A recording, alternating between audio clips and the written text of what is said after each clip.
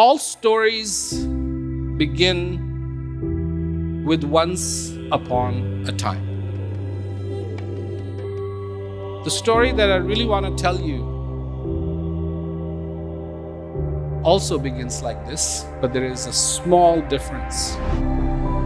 And the difference is once upon this time.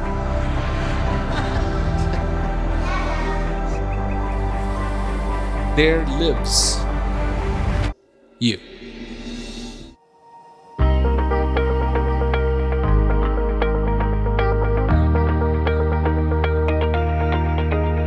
Hello, everyone.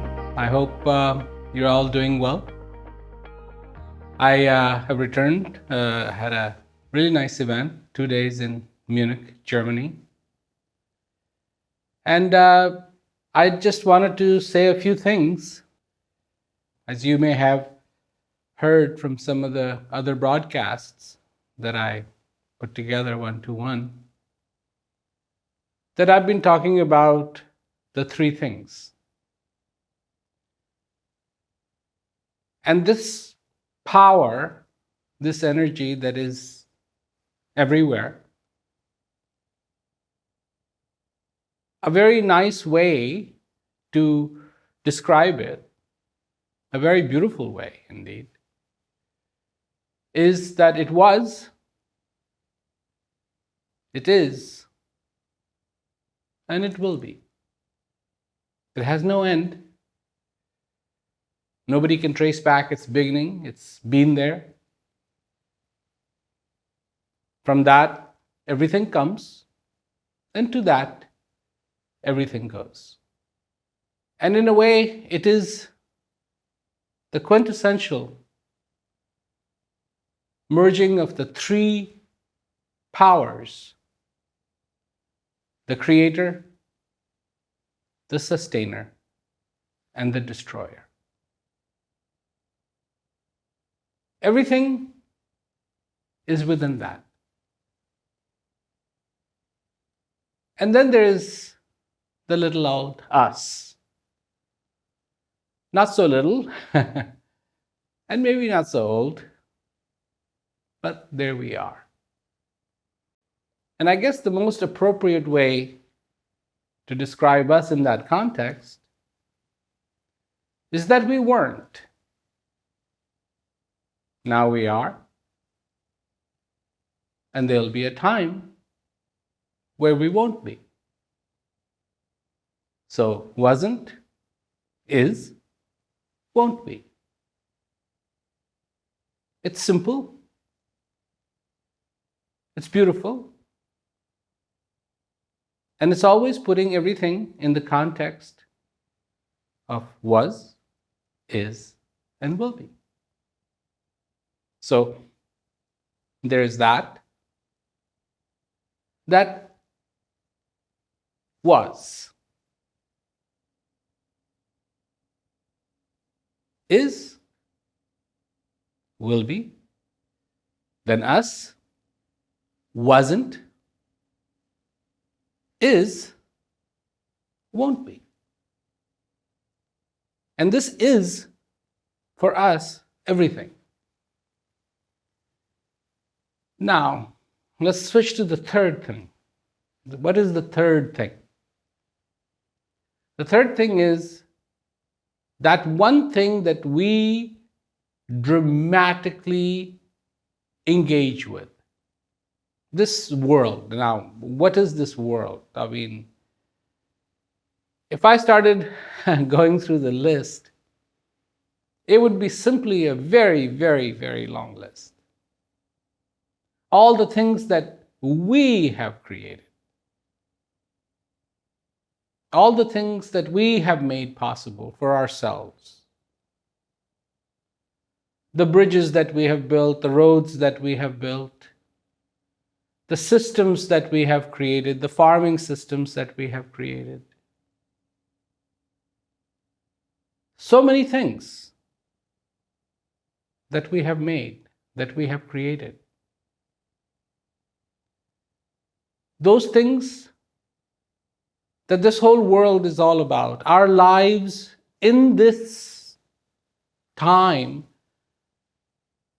of is, everything that we have generated, this world that we have created for ourselves. Because we exist, we are. The relationships, giving name to relationships, defining relationships, who is dear to us, who is this way, who is that way, what we do, what we don't do, who does what, level of importance. I mean, the whole gambit, the cars that we've created, the bicycles we've created, the motorcycles we have created, trains we have created, the ships we have created, the tugs we have created, the airplanes we have created, the gliders we have created, the helicopters we have created. I mean, on and on and on and on, and other things too that we have created in our minds, maybe not physically, and we're working very hard to create them. I mean, incredible fantasies. I mean, if you look at it, in a way, we are this genie that tries to make fantasies come true. So whatever we fantasize about, we try to make it happen. And there have been people, very wise people, who have said that the nature of this world that we heavily engage with, that heavily influences us, the world that we have created, it wasn't and it isn't. Now I know that this is where the big debates begin. Everybody wants to go their own way. It's like, there are people who absolutely will agree with me. Yes, you're right, there wasn't, isn't, and won't be. And there are other people, it's like, what are you talking about? This is the only reality there is. And, this infinite that you talk about, that's not a reality. This is the reality. This is what we can touch. This is how we interact. So, here it is, this world that we have created, whether it addresses our needs, and I can certainly say there are some things in this world that we have created, perhaps they address our needs, but most of it addresses our wants, our desires. And one of the things that this world does produce is very high level of anxiety for us, one way or the other way. So today I was thinking about this, and I had, an epiphany of sorts. So I'd like to share that with you. And here's the epiphany that I had. That imagine you as a human being are doing a play. And many times I have said this. It's like you're here and you're an actor. You're on a stage called Earth. The time is your time, your lifeline, your life. Now, here's the issue with this play. You have to remember it's a play. You have to remember it's a play. It's acting. If you die in this play, you don't really die. If somebody wounds you in this play, you don't really get wounded. If somebody insults you in this play, you don't really get insulted. If somebody makes you angry in this play, you don't need to get angry. If in this play you lose everything, you don't actually lose everything. That those people you hate, or those people who cause you to hate them, are also in this play, and they're playing their part. You play your part, and when the play is over, you go back to being who you truly are. Hence, the importance of knowing who you are becomes quintessential, because if you do not know who you are, it will be very easy for you to get confused with your role playing as an actor. And when you get confused between that role and the real you, life is going to be a bit problematic, because it is just a play. It's not real. It is just a play.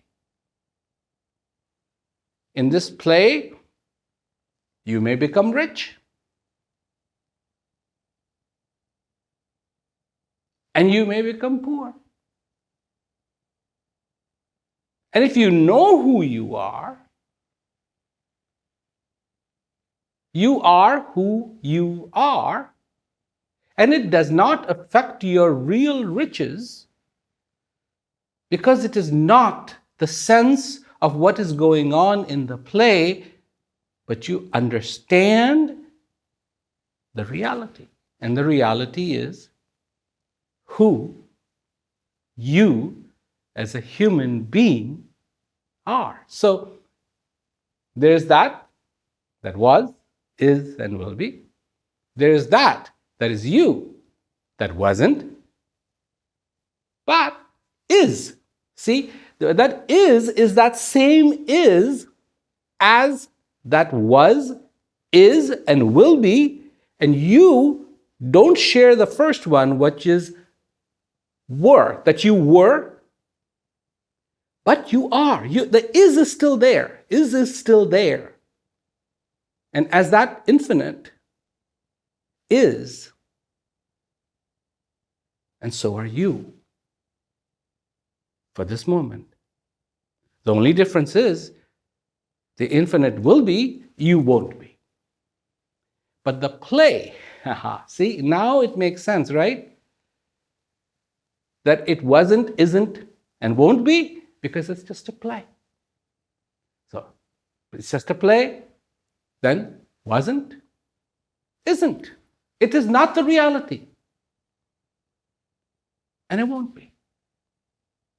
Play will be over, the curtain will be drawn, you will take your bow. Done. But the sense of understanding and knowing yourself then becomes so important, so that you don't get dragged into this other thing, into this other sphere, which is all about what people have called the grand illusion, because it's just a play. I'm putting it as a play, and that perhaps makes it very simple to understand. In this play, you may be a king. In this play, you may be a pauper. And in this play, one day you may be a king, and the next day you may be a pauper.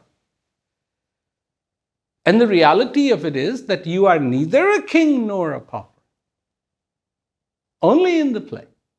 When the play is over, you are who you are.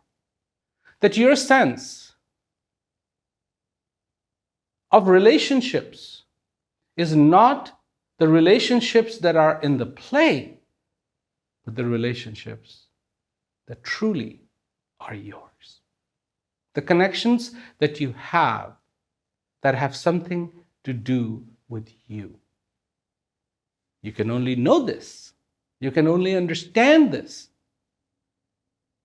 if you know yourself. If you don't know yourself, it's going to be very, very easy to get confused.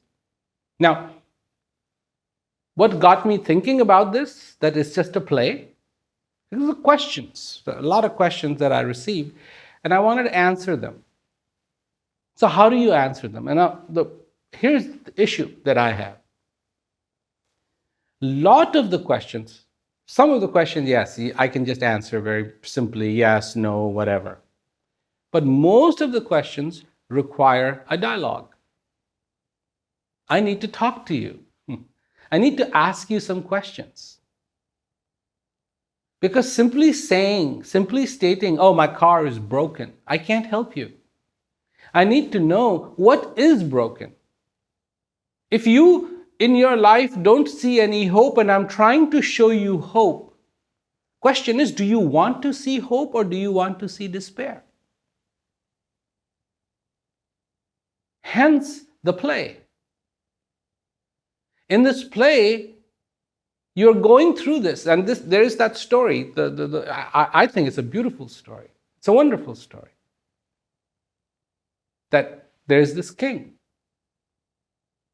And this king has this incredibly vivid dream. Vivid.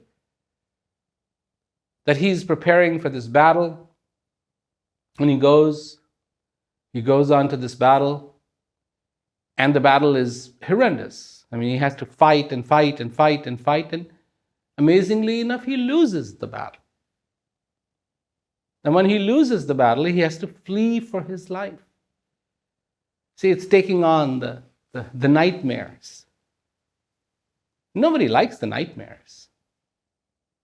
And he's running and running and running and running and running, and he goes into this really dense jungle and he realizes he's really hungry.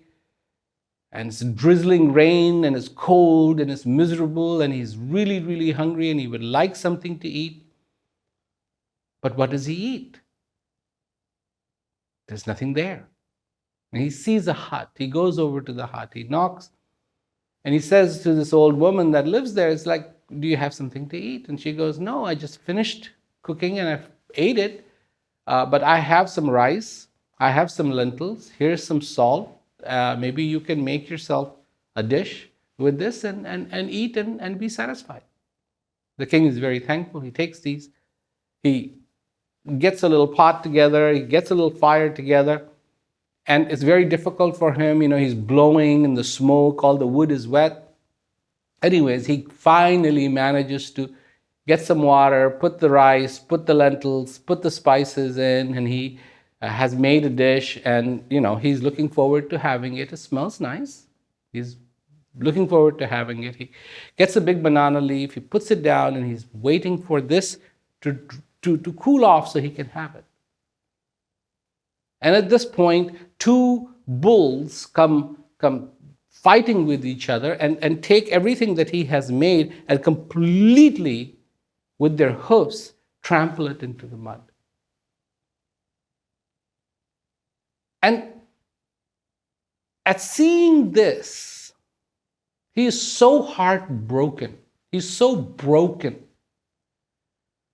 that he starts to cry.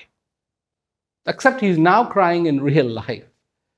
Even though he's asleep on his bed, he's crying. And as the tears roll down his eyes, he wakes up. And when he wakes up, he looks around and everything is there. He's the king, no doubt about it. He's lying on his beautiful bed with silk covers, beautiful curtains. There's guards waiting for him. He's got a beautiful lamp, gold, this, that, the works. So immediately he has a question. Which one is it? Which one is real?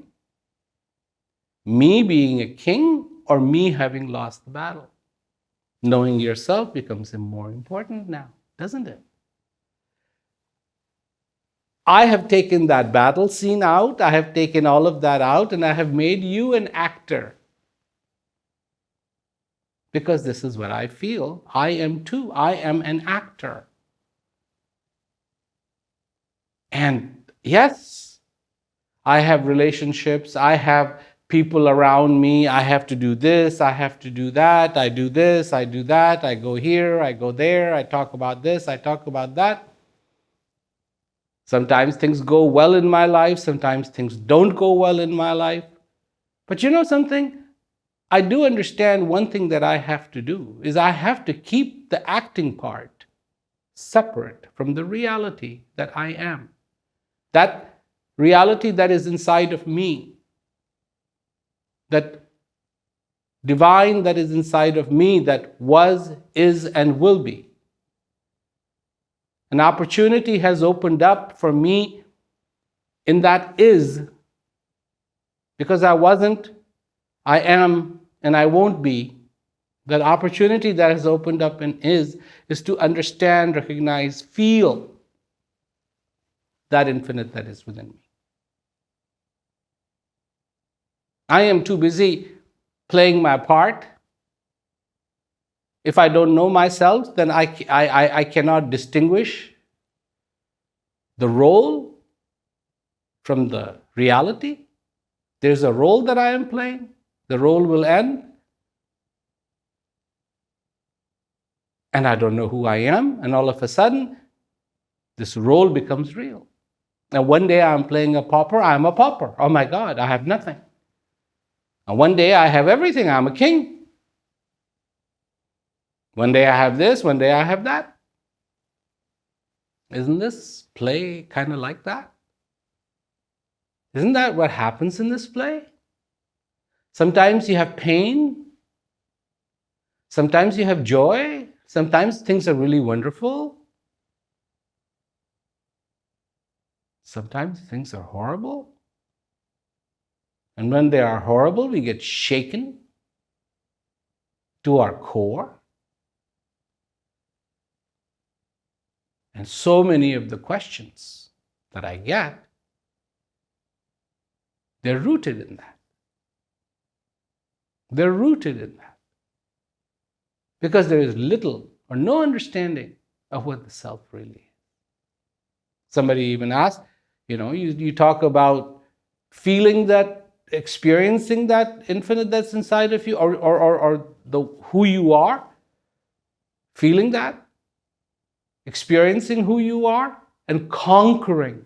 Yeah, but when you get to know yourself, there are things, there are parts of you you have to conquer. This habit that you have of confusing yourself with your role playing, with being an actor, has to be conquered.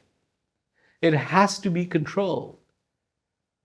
You always need to know that's just my acting bit, and the reality, who I am, what I am, how I exist, this opportunity that I have, what this is, and what it means to me. Why am I fascinated with, which is all about I wasn't. I'm fascinated by that. And I won't be, and I'm fascinated by that too. But I'm not nearly as fascinated with the is, when this is all I have is the is. So yes, I am an actor, and there is a drama afoot. But I'm more than an actor. And that is who I truly am. This actor playing the roles, scripts will keep changing, my friends. Scripts will keep changing. We just saw the script change. Wasn't everything kind of set up to go a certain way, and then somebody just rewrote the script? And the script changed and nobody saw it coming. I mean, people who supposedly, can foretell the future could not foretell the future. So the scripts will change. Sometimes this will happen, sometimes that will happen. Sometimes a doctor will hand you a script. You have 6 months. And there are doctors who tell that to people. Then I know and I respect these doctors who say, it's not written at the bottom of your foot. You're going to expire in 1 month or 2 months, or there is no expiration date. Let's work with it. I admire them because they're right. Hallmark of a very good doctor. You are not just your script. You are beyond that script. You are alive. And that's everything. And it's powerful. And it should be attracting all your attention. You should be fascinated by that. But what are you fascinated with? Oh, what's happening here? But those are all scripts. So-and-so is doing this, so-and-so has become this, so-and-so is this, so-and-so is this, and now so-and-so is going to do this, and so-and-so is... And we're all fascinated. There's just acting, and this is another script. And, some people play their role very well. Some people are very good at playing their role. What about you? What I'm saying, though, it's not about your role, but how well you want to play it, that's up to you. There is a distinction between your role and yourself. That all the ups and downs of your script that you read, the words that you memorize, they're just a play. Sometimes people will applaud because you have done well. Sometimes people won't. Sometimes you will become a better actor, sometimes you will become a worse actor. Should you become a better actor? Should you become a bad actor? It's up to you, whatever you want, whatever you choose. But I want to remind you, and I want you to know, that besides this acting, besides the stage, besides the audience, besides the lights, besides the orchestra, besides the director, there is something else going on. And you're alive. And that's your reality. That is your reality. That is why you need to know yourself. That is why you need to live this life consciously, always knowing the difference between the reality and the play. And then there is the gratitude. Not the applause of the audience, but the applause of a singular heart, your heart, filling up with gratitude, applauding you, applauding your existence, applauding your remembrance, applauding your clarity, applauding your simplicity, applauding your fulfillment again and again and again. I wanted to share that with you.